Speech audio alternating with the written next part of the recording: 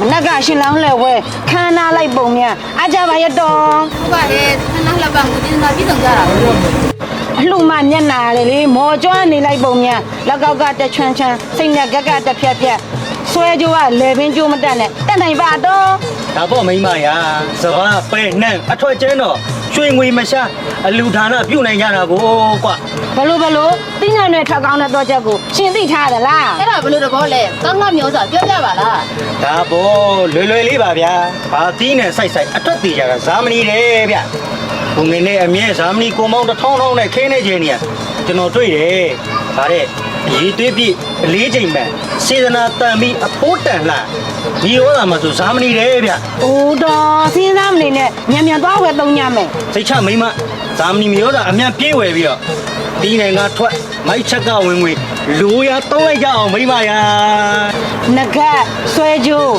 လက်ကအိုးရတနာစိန်ကြောက်ဇဲတောက်ပြီးကစားချင်းလာပြီတော့ ဟုတ်မိမရာဒါဆိုရင်အခုတော့ဝယ်ရမယ်လေ ။ကြာလာလားလို့တော့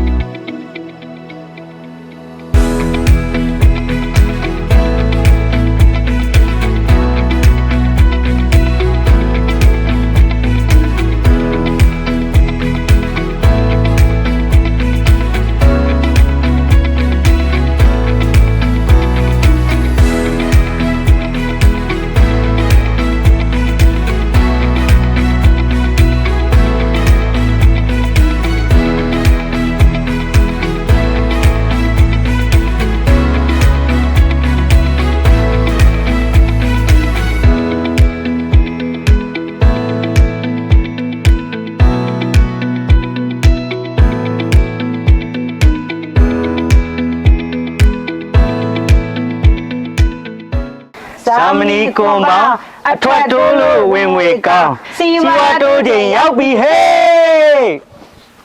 တောင်သူစီးပွားဒီလာတိုးပွားစီမီဇာမနီ